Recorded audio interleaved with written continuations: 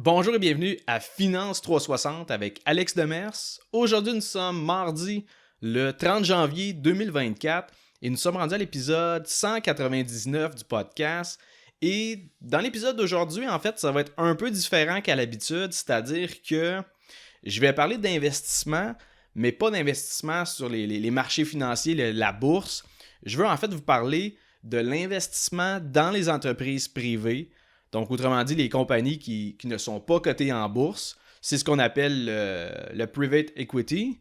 Et avant de vous parler de ça, je vais aussi vous parler de la possibilité de financer des business en devenant un prêteur privé.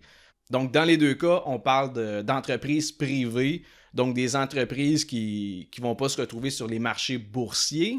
Donc, dans le podcast, d'habitude, moi, je vous parle principalement de mes placements sur les marchés boursiers et un peu, en fait, la gestion du portefeuille de ma firme Traders 360.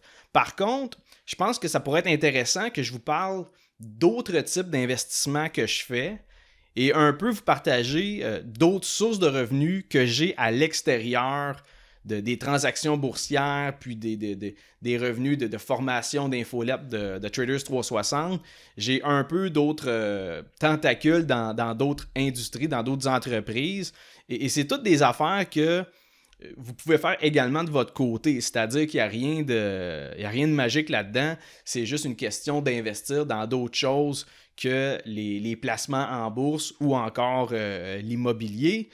Et là, je vais vous expliquer un peu par où ça commence. Donc, comme j'en ai déjà parlé dans d'autres épisodes, de mon côté, j'offre du service conseil en entreprise, c'est-à-dire que je vais agir à titre de consultant pour mettre en place une meilleure structure au sein de l'entreprise, autant du point de vue opérationnel que du point de vue financier.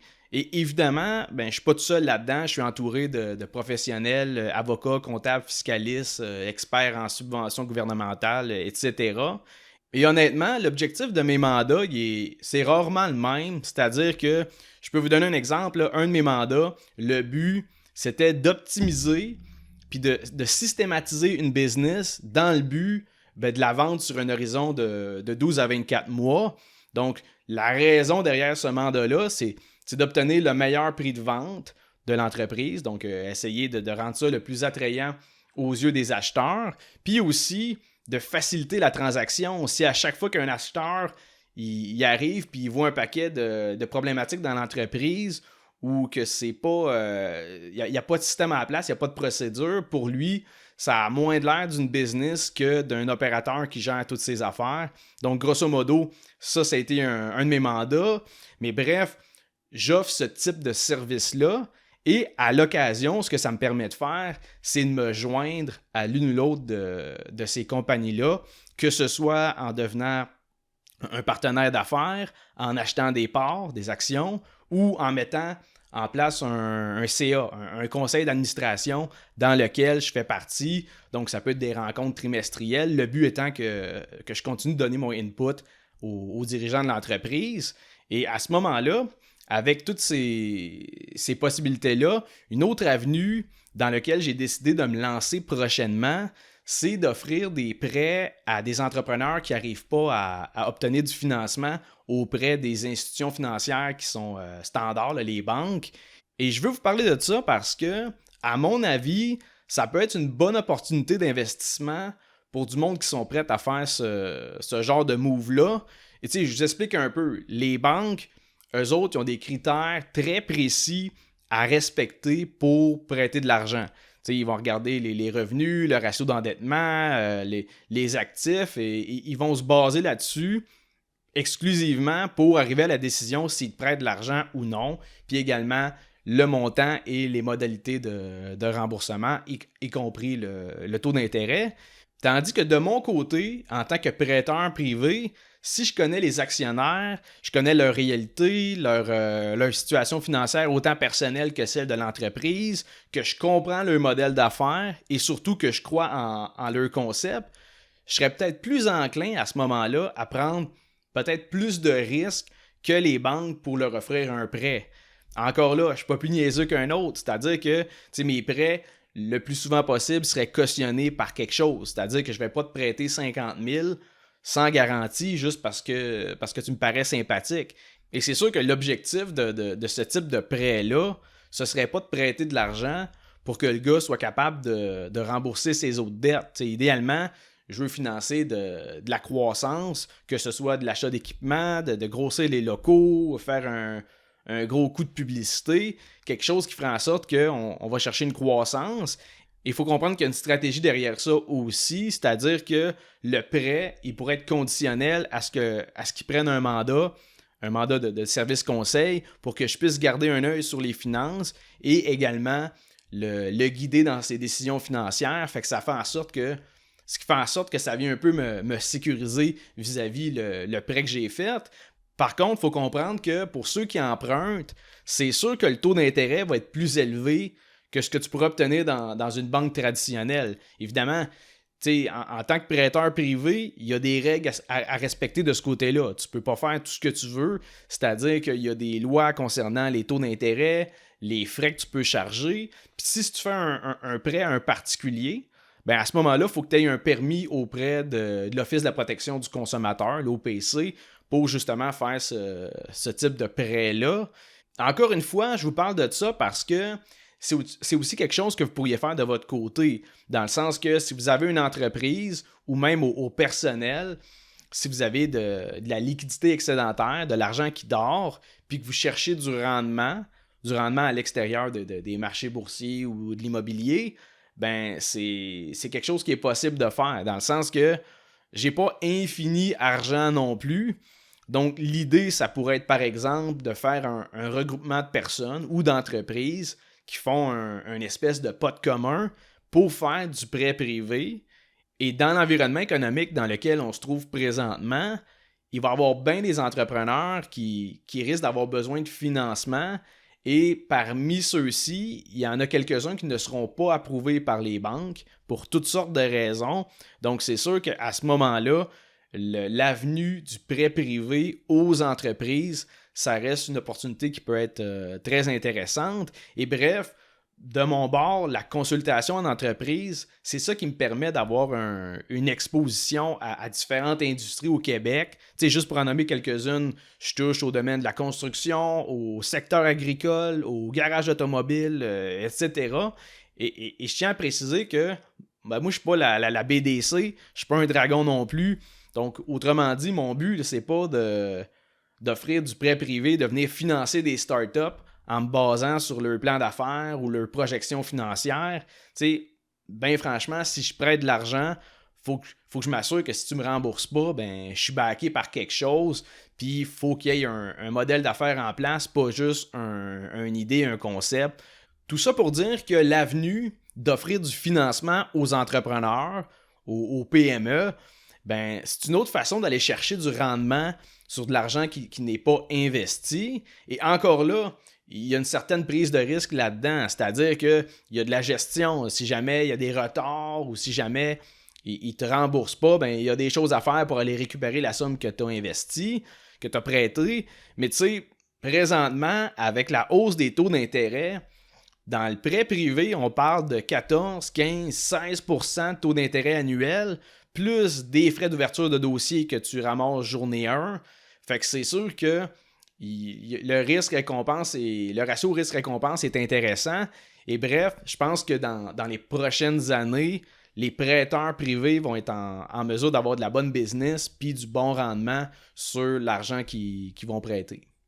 Ensuite, dans la deuxième portion de l'épisode, je voulais aussi vous parler du private equity parce que c'est important de réaliser que vous n'êtes pas limité à investir dans des entreprises qui sont cotées en bourse. Tu sais, sur le TSX, la bourse de New York, la Nasdaq, c'est souvent ça la première chose qui nous vient en tête quand on parle d'investir, surtout d'investir dans des entreprises.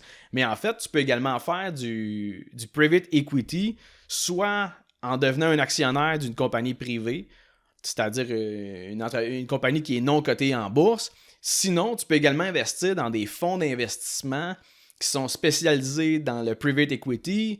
Tu as également le marché dispensé. Donc, je veux vous parler un peu de tout ça, mais ça reste que les actions cotées en bourse, c'est l'option la plus simple est la plus safe, entre guillemets, parce que ça dépend quelle action tu achètes. C'est sûr que si tu es sur le marché OTC puis tu achètes des penny stocks, on peut oublier le côté sécuritaire, mais dans l'ensemble, on peut dire que les entreprises qui valent une couple de milliards qui sont cotées sur les marchés boursiers, ben on sait qu'ils sont scrutés par les autorités de réglementation. Il y a aussi leurs résultats financiers trimestriels qui sont publics puis qui sont analysés par des dizaines d'analystes. Donc, c'est sûr que du côté de la valorisation de l'entreprise, il y a quand même un consensus. Et l'autre chose également, c'est que les actions des entreprises qui sont cotées en bourse, ils sont disponibles au grand public. Donc, n'importe quel investisseur peut acheter des parts via une plateforme de courtage en ligne. Tu sais, c'est très liquide. Donc, tu es à 2 clics près d'acheter ou vendre des actions. C'est sûr que la mécanique pour acheter des parts d'une entreprise privée, c'est un petit peu plus compliqué que ça. De un, la première chose, c'est de trouver l'opportunité d'investissement parce que c'est pas tous les business qui veulent vendre une partie de leur action. C'est pas tous les business qui veulent faire ça. Puis même s'ils veulent faire ça, tu le sais peut-être pas. Là, c'est pas écrit devant le building, nous sommes prêts à vendre nos actions. Donc, il y a ce côté-là qui est un peu plus difficile. C'est sûr que de mon bord, justement, avec le podcast, avec le service conseil en entreprise, je suis plus exposé à ce type de deal-là, d'occasion d'affaires.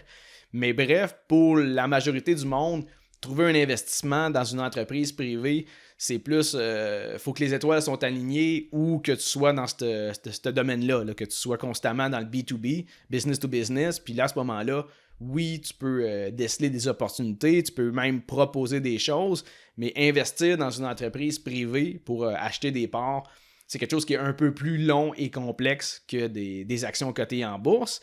Et la deuxième chose, du côté de l'investissement privé, c'est la question de l'évaluation de la valeur de l'entreprise. Comme je vous dis, une action, c'est coté en bourse, le prix, il est affiché en direct, en temps réel. C'est pas la même chose dans le private equity, dans le sens que, premièrement, il y a plus qu'une manière d'évaluer la valeur d'une business. Tu sais, le plus souvent, on va se servir du BAIIA, qui est le bénéfice avant intérêt, impôts et amortissement. En gros, le BAIIA, ça permet d'établir la rentabilité des opérations de l'entreprise sans tenir compte des dépenses hors exploitation comme les intérêts sur la dette puis les impôts. Donc, le BAIIA, c'est un indicateur qui est souvent utilisé pour évaluer la valeur d'une entreprise dans le privé. Mais évidemment, il y a aussi la question des actifs de l'entreprise. Par exemple, si l'entreprise détient le bâtiment et le terrain sur lequel elle opère, logiquement, ça vaut de quoi? Là? C'est de l'immobilier. Et même principe pour tout l'équipement qu'elle possède. Bref, faire l'évaluation d'une business, oui, il y a des calculs puis des éléments standards à prendre en compte, mais ça reste toujours un peu subjectif. C'est pas une science exacte. Mais au final, l'idée d'investir dans le private equity, que ce soit vous en achetant vous-même des actions ou par le biais de fonds d'investissement ou via le marché dispensé, le but en fait, c'est d'aller acheter des parts dans l'entreprise dans le but de fournir du capital pour aller chercher de la croissance pour que, de votre côté, finalement, maximiser votre retour sur investissement. Tu sais, théoriquement, c'est plus facile d'aller chercher un taux de croissance élevé avec une entreprise privée qui est évaluée à 2-3 millions versus une compagnie publique qui vaut déjà 50 milliards. Au fait, je dis ça, là, mais ce qui est cocasse, c'est que dernièrement, les big tech, comme Microsoft et Apple, qui valent dans les 3 trillions de dollars, ben, les big tech ils affichent quand même un taux de croissance dans les 2 chiffres. Donc, c'est impressionnant comme rendement parce qu'ils sont encore en mesure de continuer de croître avec une forte vélocité malgré leur évaluation qui est vraiment gigantesque. Normalement, plus l'entreprise a une faible évaluation, plus il est facile de la scaler puis d'aller chercher un taux de croissance élevé au fil des années. Parce que passer de 50 milliards à 100 milliards, tu fais 2 fois, mais tu vas chercher 50 milliards de plus en valorisation versus passer de 2 millions à 4 millions.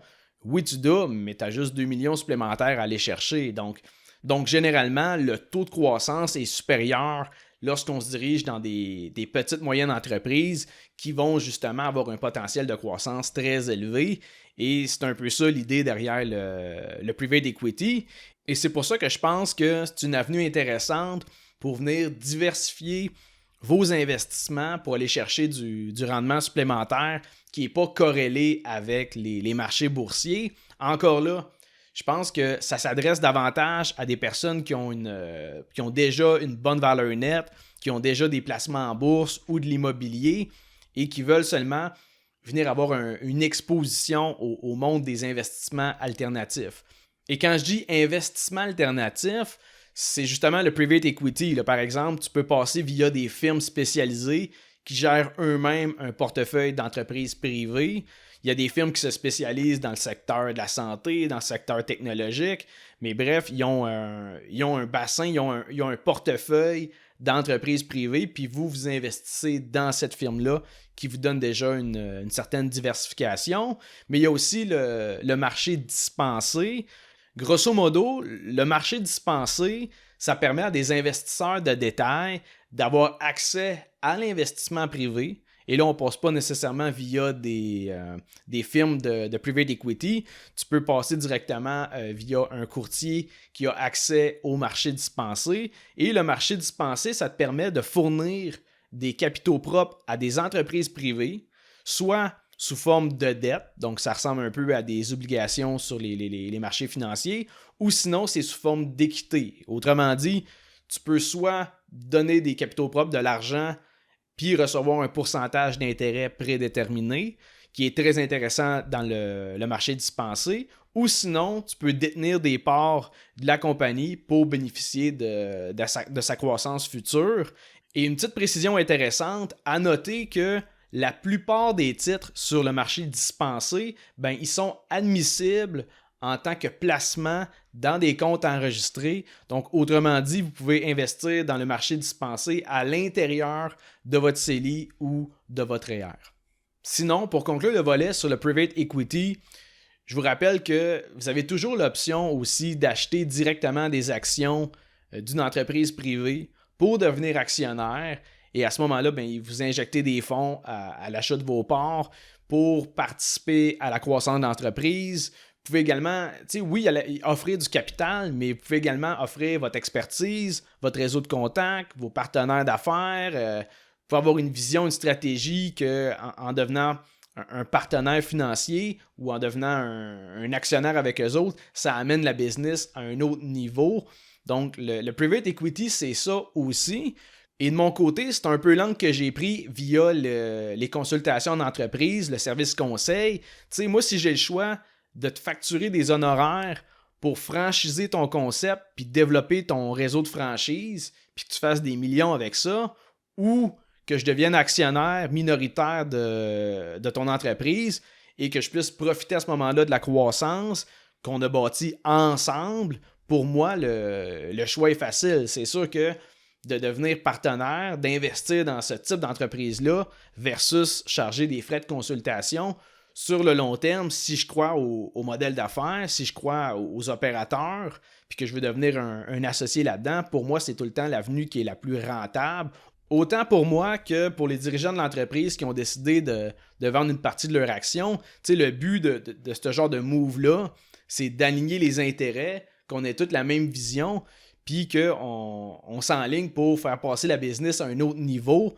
Si tu affiches un chiffre d'affaires de 2 millions, puis qu'on passe à 5 millions de chiffre d'affaires, on est tous gagnants dans l'équation. Donc, c'est un peu l'objectif de mon côté dans le private equity. Et je pense que c'est une opportunité qui est peut-être limitée pour certaines personnes. C'est plus difficile, comme je vous dis, que d'acheter des actions cotées en bourse. Mais ça reste une avenue via le marché dispensé ou encore les fonds d'investissement spécialisés dans le private equity. Donc, je vais terminer l'épisode là-dessus. J'espère que vous avez trouvé le sujet intéressant, autant du côté des prêteurs privés que du private equity. J'espère que ça a un peu élargi vos horizons. Peut-être que ça vous a même donné des idées ou vous avez pensé peut-être à des opportunités d'investissement. Donc, je vous remercie pour votre écoute et on se revoit mardi prochain pour un autre épisode de Finance 360.